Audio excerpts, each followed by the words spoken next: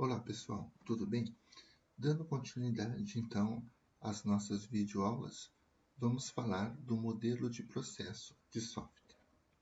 Dentro do modelo de processo de software, os principais que nós vamos ver aqui nessa videoaula é o modelo cascata, o modelo de prototipação, o modelo evolutivo, que eu tenho o modelo incremental e o modelo espiral. Lembrando que o modelo de processo de software não tem nada a ver com gerenciamento de projeto. São coisas distintas. Embora em determinado momento parece ser a mesma coisa, mas uma técnica, um modelo é para gerenciar projeto e o outro é para você desenvolver software. Então, o primeiro modelo que nós vamos falar é do modelo cascata. O modelo cascata é o modelo mais antigo e mais amplamente utilizado dentro da engenharia de software. Ele foi modelado em função do ciclo da engenharia convencional. Se nós pegarmos a engenharia civil, nós vamos ver que ela segue exatamente esse fluxo que nós estamos mostrando aqui na tela. Ele requer uma abordagem sistemática, sequencial ao desenvolvimento de software. O resultado de uma fase se constitui na entrada da outra. Então, olha só, esse modelo ele é bem antigo, hoje pouco ele é difundido, até porque nesse tipo de modelo eu não poderia começar uma fase sem começar a outra. Hoje as coisas são muito mais dinâmicas, muito mais rápidas, mas o modelo cascata ele teve uma grande contribuição para os outros modelos. Né? Então esse modelo aí acho que começou no fim dos anos 70, começo dos anos 80. Então, naquela época, nós não tínhamos essa loucura que é hoje, desse universo globalizado. Então, os sistemas, eles poderiam ser entregues, vou entregar meu sistema daqui a um ano. Não teria problema nenhum. Até porque os nossos concorrentes, eles eram concorrentes locais ou regionais. Hoje, os nossos concorrentes, eles estão em todos os cantos. Tudo é globalizado. Eu tenho pressa de entregar as coisas, porque senão eu fico fora do mercado. Né? Então, hoje a coisa é muito diferente. Então, para a época, o modelo cascata ele era perfeito, tá certo? Então, até então, porque a gente não tinha outras formas de você modelar sistema. Então, as coisas eram feitas muito da forma casual. Você pegava lá um papelzinho e ia lá, anotava quais eram os requisitos que o cliente queria fazer. Né? Então, já tivemos uma evolução aí que foi, então, o modelo cascata. Então vamos ver como que funciona o modelo cascata. Então, eu tenho 6 fases aqui no meu modelo cascata. Então, olha só. A primeira fase, engenharia de sistema. Então, o que eu faço nessa fase? Então, vamos imaginar novamente que eu vou construir uma casa. Então, qual é a primeira coisa que eu tenho que fazer? Eu tenho que pensar como vai ser a minha casa.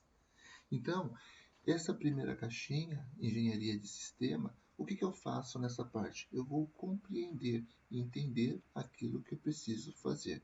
Eu vou lá junto ao meu cliente, vou levantar os requisitos e entender quais são as suas necessidades. Nós chamamos de elicitação, entender o que o meu cliente está solicitando.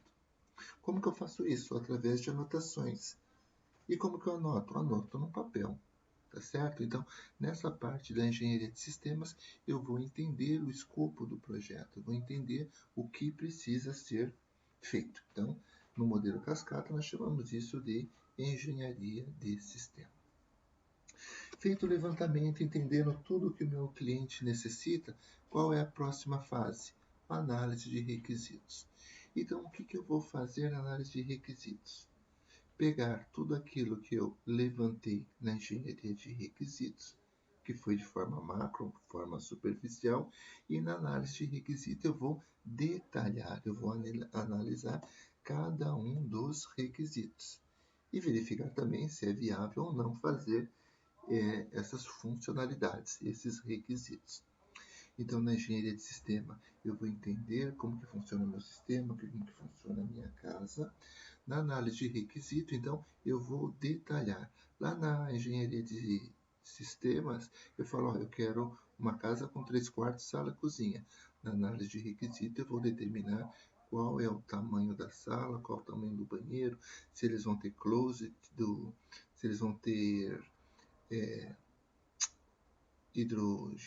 hidromassagem, né? Então, aí se vai ser uma suíte ou não, né? Essa era a palavra que eu queria achar.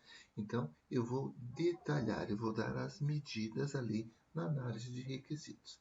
Entendi o que eu quero fazer, na análise de requisitos eu vou detalhar tudo isto e depois eu parto para o projeto. O que é feito dentro do processo do projeto? Nessa fase, eu vou desenhar. Se eu estivesse fazendo uma casa, é nesse momento que eu faço a planta da minha casa. Como nós estamos falando de sistema, é nesse momento que eu começo a fazer os fluxogramas, os algoritmos, nesse momento que eu faço, por exemplo, os diagramas da UML. Tá? Esse é um assunto que a gente vai falar para frente, mas aqui então no projeto eu começo a desenhar, realmente desenhar como que vai ficar o meu projeto. Se eu estivesse falando da construção civil, é aqui onde eu faço a minha planta. Então, entendi o que é para ser feito, detalhei o que vai ser feito, negociei esses requisitos junto ao cliente, foi definido o que vai ser feito, desenho a planta do meu projeto. Próxima fase, se eu estivesse na engenharia civil, seria a execução da obra. Na TI, essa parte nós traduzimos ela como codificação. Então, depois de ter o desenho do meu sistema, eu vou começar então a codificar, definir qual é a linguagem de programação que eu vou utilizar e começo a codificar então este meu sistema, este meu software. Terminada a codificação, qual que é a próxima fase? Eu vou testar aquilo que eu estou desenvolvendo. E, basicamente, assim, é uma coisa muito mais profunda, mas aqui nós estamos fazendo um resumo. O meu teste, eu tenho dois tipos de teste. O teste da caixa branca e o teste da caixa preta. Teste da caixa branca, também chamado de teste do desenvolvedor. O que é feito no teste do desenvolvedor? Ele testa a lógica. Então, geralmente, as IDEs, as ferramentas de programação, vou pegar aqui o exemplo do Eclipse, ele tem lá uma opção chamada JUnit, JUnit, que serve para a gente gerar testes automatizados. Então, o que eu vou fazer no teste da caixa branca? Eu vou testar toda a lógica do meu sistema. Se eu tenho um if, eu vou testar o if verdadeiro, o if falso, então o if e o else. Né? Se eu tenho um while, eu tenho que testar o while. Se eu tenho um for, eu tenho que testar um for. Então, no teste da caixa branca, eu faço o teste de lógica, chamado teste do desenvolvedor ou teste da caixa branca. Então, por que caixa branca? Porque eu abro o código, o desenvolvedor abre o código e começa a testar. Esse é o teste da caixa branca. Então, assim, eu só estou simplificando e fazendo um resumo disso. É claro que isso vai muito além do que eu estou falando, porque aí tem formas de você fazer, tem regras, mas aí não cabe a gente, nesse resumo, falar disso. O outro teste que nós temos é o teste da caixa preta. O que eu faço no teste da caixa preta? Eu testo as funcionalidades, as funções do meu sistema. Se ele está gravando, se ele está imprimindo, se ele está alterando, se ele transfere arquivo. Então, geralmente, quem faz esse teste é o cliente. Mas tem empresas que têm centrais de teste para fazer essa validação antes de chamar o cliente para validar. Então, o teste da caixa preta, nós testamos a funcionalidade. Geralmente, quem que faz é o meu cliente, onde verá fazer o teste das funcionalidades e ver se foi aquilo realmente que ele solicitou.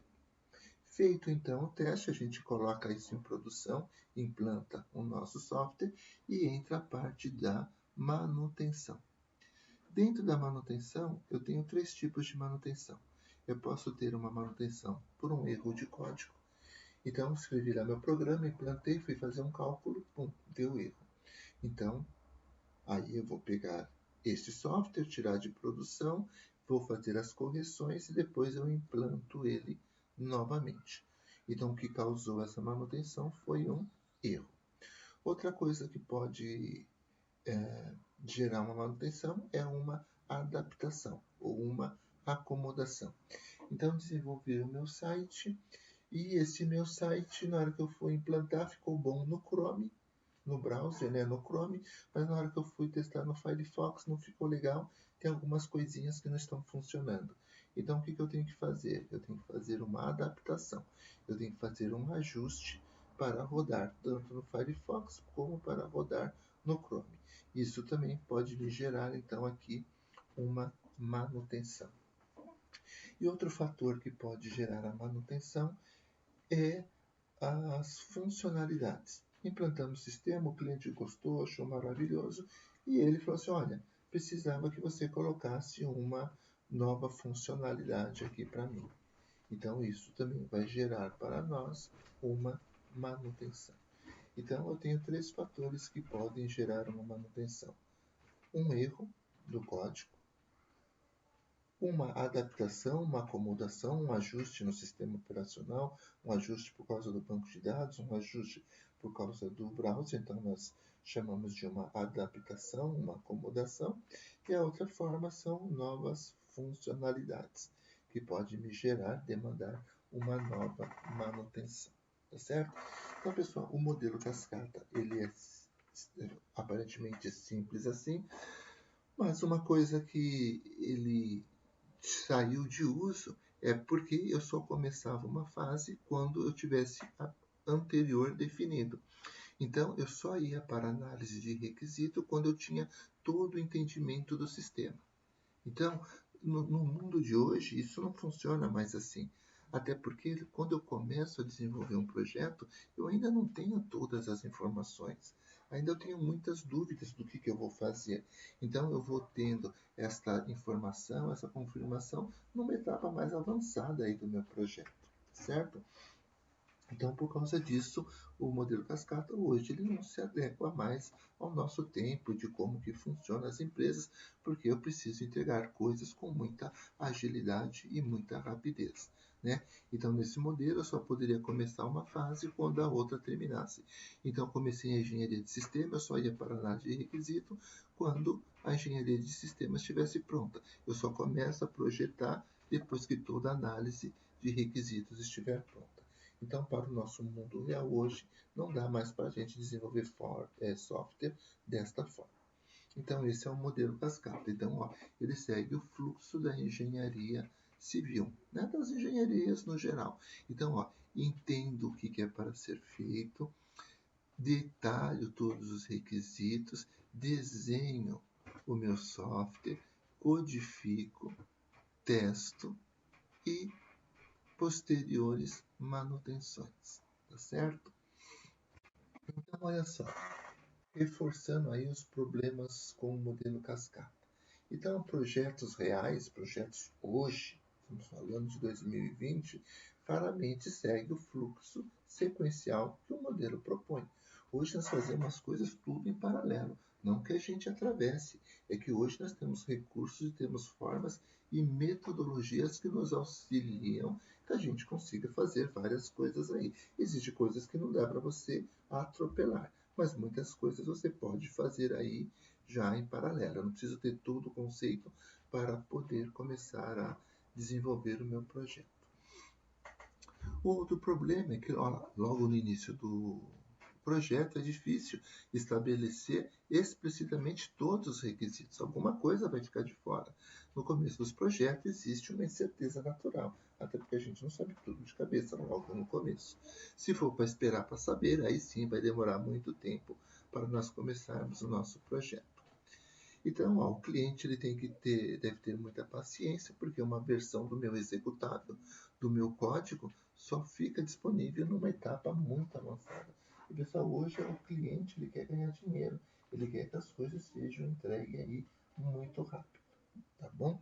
Então, para os dias de hoje não dá para a gente mais então usar o modelo cascata, né? Então, olha só, embora o modelo cascata tivesse as suas fragilidades, mas lembrando, começou lá a fim dos anos 70, começo dos anos 80, nós não tínhamos esse advento que é a internet, esse mundo globalizado, essas coisas que eu preciso entregar tudo para ontem, né? Então, embora ele tenha as fragilidades, ele significativamente é melhor do que uma abordagem casual, ou seja, você anotar no papel quais são os requisitos, tá certo? Então, ele trouxe aí grandes contribuições, até porque os próximos ah, processos de desenvolvimento eles são todos baseados no modelo cascata. Vamos lá para a prototipação. Prototipação nós vamos rapidinho, nós vamos falar aqui rápido dele porque não demanda muita explicação. Então, o modelo de prototipação ele veio para auxiliar o modelo cascata. Então, olha só, é muito mais fácil o cliente definir o que ele quer através de um protótipo, ele visualizar aquilo que ele quer. Na própria engenharia civil tem lá as maquetes, que elas são uma miniatura do que vai ser o prédio. Então você tem uma noção de como você vai receber aquele produto no final. Então o protótipo ele é perfeito para isso, né? Para o cliente ter ideia do que ele vai ter e fazer um refinamento então nos requisitos. Então, lá, ó, do modelo de prototipação, o objetivo é entender os requisitos dos usuários e, assim, obter uma melhor definição dos requisitos do sistema. Então, através do protótipo, dá para a gente refinar, melhorar aí todos os requisitos. Então, como que ele funciona o modelo de prototipação? Então, ó, olhando aqui, você fala assim, mas ele é um círculo. Na verdade, ele segue os mesmos passos aí do modelo cascata.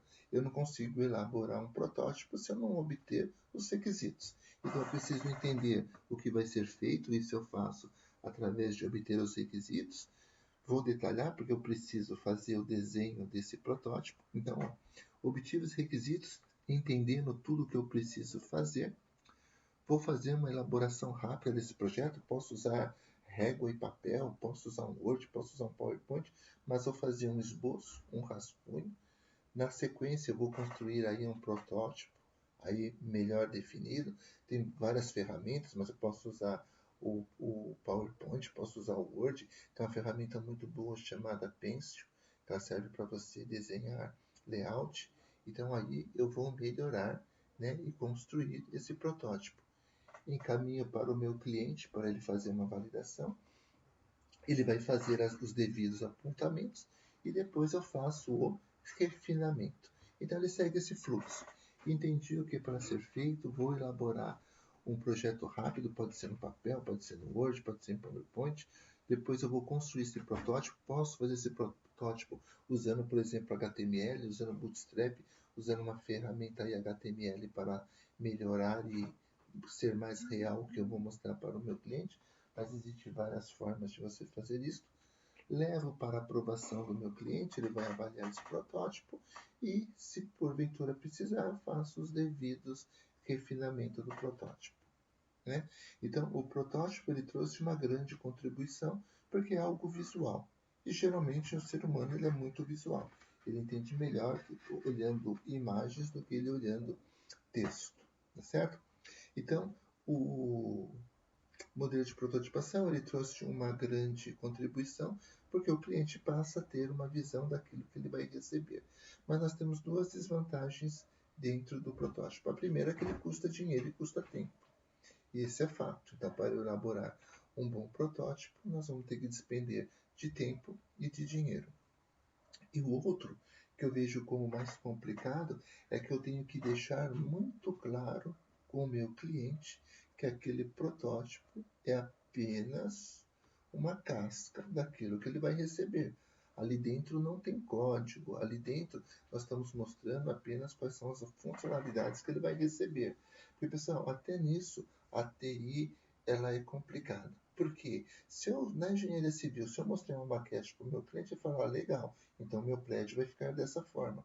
Quando eu mostro um protótipo em HTML, por exemplo, para o meu cliente, ele pode imaginar, se ele não for uma pessoa muito esclarecida em relação à TI, que aquele protótipo já é o meu sistema pronto. E, na verdade, o próprio nome diz, isso é um protótipo. Nós não temos nenhuma lógica dentro dele.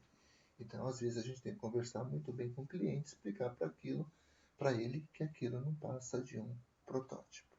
Ok? Muito bem. Então, olha só, eu já falei aqui qual era o problema com a prototipação. Então, o cliente não sabe que o software que ele vê, o protótipo, não é aquilo que ele vai receber, que aquilo é apenas uma casca, né? Que depois que nós vamos pegar, implementar e entregar para ele o software. Tá legal? Então, tem que ter essa conversa com o cliente e deixar muito claro para ele esse tipo de problema. Muito bem, então falamos do modelo cascata, falamos do modelo de prototipação e agora vamos então para o modelo evolutivo. Dentro do modelo evolutivo, então, eu tenho o modelo incremental e tenho o modelo espiral. Então, para que nós precisamos evoluir em relação aos processos de desenvolvimento de software? Porque quando os requisitos de um produto de negócio mudam conforme o desenvolvimento do produto. Pessoal, a única certeza que nós temos hoje é que nós vamos morrer. E tomara que não seja de coronavírus. Né? Mas na nossa vida tudo muda. Então, não dá para a gente ser inflexível. Então, como os sistemas são dinâmicos e mudam a todo momento, eu preciso ter metodologias que me auxiliem nessas mudanças. Tá? Olha, outra forma, outro motivo para a gente usar os modelos evolutivos. Quando uma data de entrega está apertada e é impossível a conclusão de um produto completo, então vou entregar um pedaço do produto que é importante para o meu cliente, né? O mínimo produto viável, aquilo que ele já pode sair utilizando. Quando um conjunto de requisitos importantes e bem conhecidos, porém os detalhes ainda não estão bem definidos. Então, tudo isso são motivos para nós utilizarmos o modelo, os modelos evolutivos. Então, o primeiro modelo que nós temos é um modelo incremental. Então, pessoal, esse modelo é muito importante, é ele que nós vamos utilizar para dar prosseguimentos às nossas atividades aí acadêmicas. Então, o modelo incremental, ele segue a mesma coisa do modelo cascata, mas você não fala assim, mas aparentemente a figura está diferente. A figura está diferente, mas é exatamente a mesma coisa. Eu sempre falo que na TI também nós temos um monte de modinha. Né? Então, assim, na verdade, isso aqui é um modelo cascata, mas mostrado de outra forma. Então, ó, se nós olharmos no modelo cascata, ó, ele consolidou tudo aqui ó, numa coisa só. A parte de engenharia, a parte de análise e a parte de projeto. E chamou isso aqui de análise de requisitos. Então, eu pego todas aquelas três fases, vou entender o que o projeto vai fazer, vou detalhar e vou fazer o desenho da planta. Isso ele consolidou em uma coisa só. Depois colocou lá a codificação e teste e tirou a manutenção. Então deixou a manutenção de fora. Até porque, pessoal, a manutenção é feita geralmente por outra área. Dependendo das empresas grandes aí, quando um software tem algum problema, tem uma área que vai dar suporte, eles vão ligar lá para o Service Desk, eles vão dar um atendimento. Então, às vezes, existem áreas dentro da empresa que só estão lá para resolver esses problemas, esses registros de ocorrência aí, chamamos de RO, tá certo? Então, ó, ele segue o mesmo fluxo. Ué, mas se ele segue o mesmo fluxo, o que ele tem de diferente do modelo cascata? É que ele é um modelo interativo, ele é feito em ciclo, ele é feito em incremento. Se nós olharmos para o modelo incremental, ele é muito parecido com o Scrum. Mas por quê? Porque o Scrum ele veio depois do modelo incremental, ele foi criado baseado no meu modelo incremental de desenvolvimento de software. Ué, como assim? Então, observe, ele segue o mesmo fluxo do modelo cascata, mas só que assim, ó, eu entrego partes. Eu não entrego todo o projeto para o meu cliente. Eu falo assim, olha, eu tenho que entregar um sistema muito grande. Eu falo, olha, na versão inicial, eu vou te entregar o cadastro de cliente. Depois eu entrego a parte de manutenção, de relatório. Depois eu entrego a parte de inclusão, de alteração. Então, eu entrego meus sistemas em partes. Eu vou ter várias versões até ter uma versão final. Então, eu entrego o pedacinho. Então, um exemplo que eu dou para os nossos alunos é assim, ó, eu vou pintar toda a Unicity. Quanto tempo demora? Ó, não dá para definir, porque é muito grande, eu não tenho como definir. Ó, então vamos definir. Eu pinto uma sala a cada um dia. Então fica mais fácil. Então eu vou entregar várias versões, eu vou entregar várias salas e no final eu vou ter todas as salas pintadas, né? Então, mas eu não preciso seguir aquela rigidez. Ah, você só começa a codificar quando você tiver toda a informação. Não. A partir do momento que eu vou tendo informações suficientes para começar o meu desenvolvimento, a gente pode começar as nossas atividades, tá certo? Até porque a visão geral do que eu vou desenvolver eu vou ter num tempo mais avançado do meu projeto, tá certo? Então não tem aquela rigidez de você ficar entregando termina um para fazer o outro, termina um para fazer o outro. Não, tá certo? Então aqui, ó, dentro do modelo incremental, nós vamos usar as mesmas fases. Eu preciso entender para fazer, eu preciso detalhar, eu preciso desenhar, depois eu codifico, depois eu testo, mas isso em pequenas porções. Então vou entregando pedaços do meu projeto, versões intermediárias para o meu cliente. Tenho que fazer protótipo, tanto o modelo espiral quanto o modelo incremental. Você tem que fazer a prototipação, então nos dois tem isso também. Quando eu faço o meu protótipo, aqui, ó, quando eu estou fazendo a minha análise, eu já posso, antes de codificar, montar todo o protótipo do meu sistema, tá certo? Então, esse é um modelo incremental.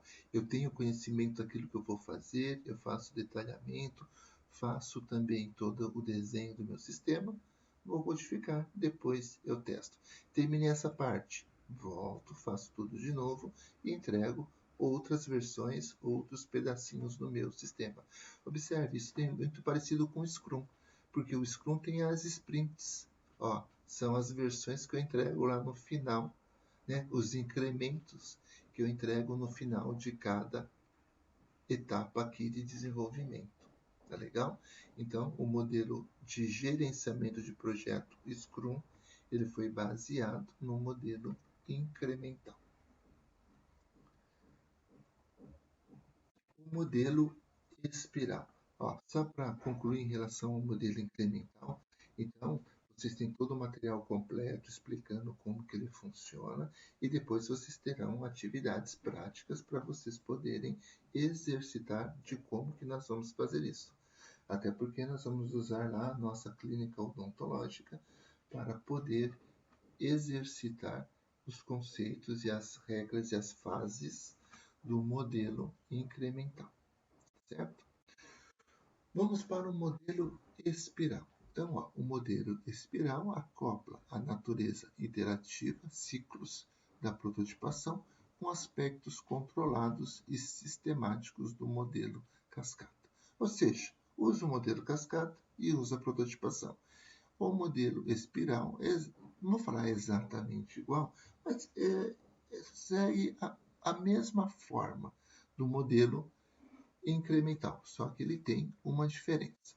Então, ó, ele fala que o modelo espiral ele é feito por zonas, por regiões, tal.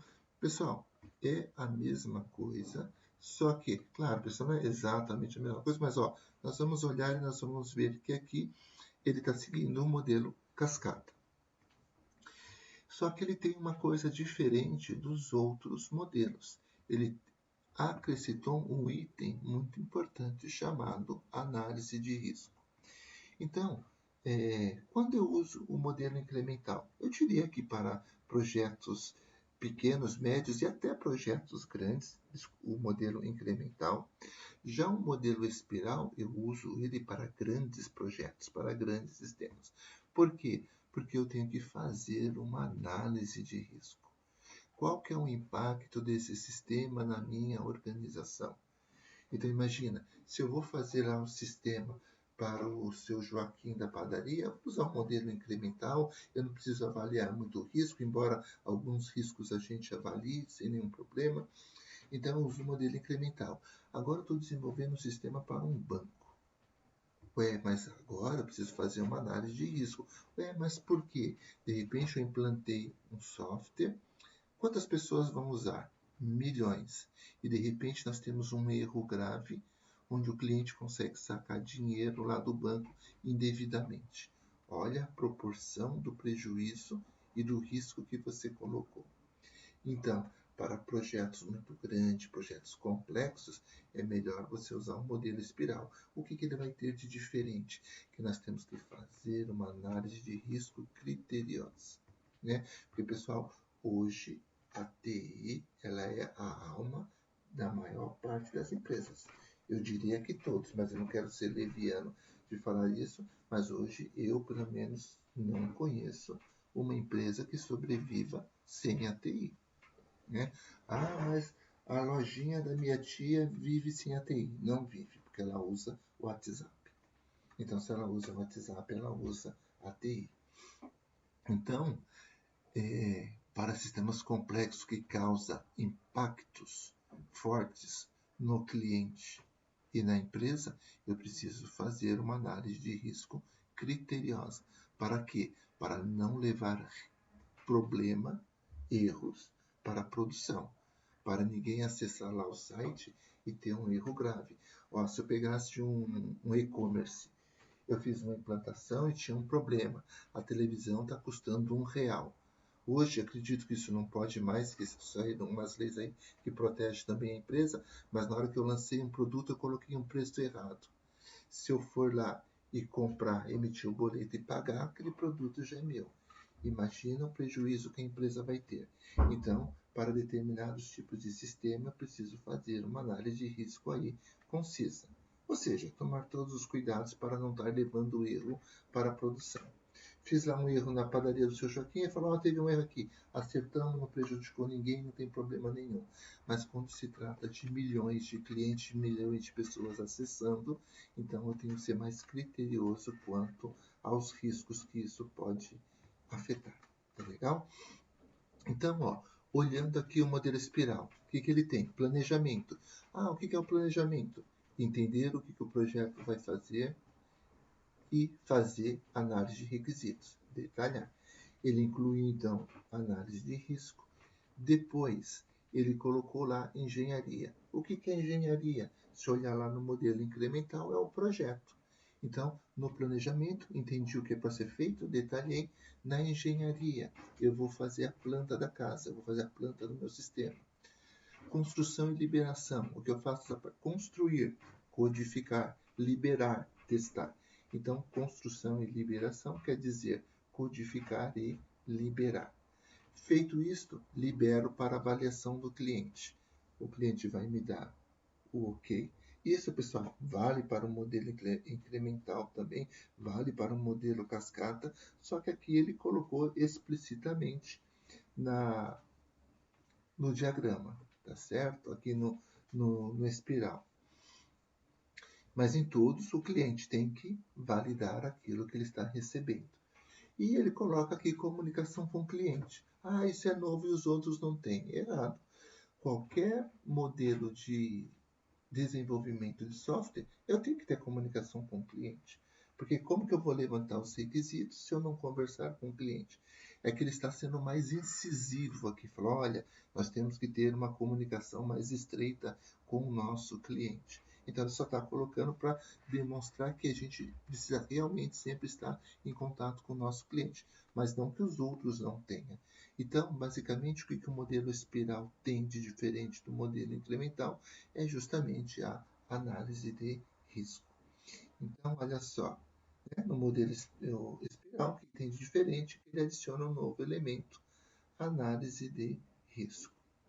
E aí, por exemplo, qual que eu uso? Como que eu vou definir se eu vou usar um e vou usar o outro? Eu vou ser bem simplista, é claro que não é dessa forma, mas de uma forma bem grotesca, né? Como eu usaria um, como que eu usaria o outro? Então, tudo depende da natureza do projeto, da aplicação, das ferramentas que você tem, do controle e produtos que precisam ser entregues. Mas, basicamente, para ser bem didático e bem simples, vou construir um edifício, uso o modelo espiral. Vou construir um galpão, um prédio pequeno ou uma casa, vou usar o modelo incremental. Pequenos e médios softwares, uso o modelo incremental. Para grandes sistemas, uso o modelo espiral, só por causa da análise de risco. Só não, porque é importante avaliarmos todo o impacto que aquele software pode trazer para a empresa. Imagina, eu coloquei um software novo na linha de produção, deu erro, toda a linha de produção está parada. Isso é dinheiro que se perde. Então, temos que avaliar esses riscos. Então, tá aí, vocês têm a documentação detalhadinha para vocês, tanto no Blackbird quanto no Dropbox. Então, vocês têm lá o material para vocês consultarem e darem prosseguimento. Então, para não deixar essa aula também muito grande, nós encerramos aqui, então, essa videoaula sobre os modelos de processo de software. Até uma próxima.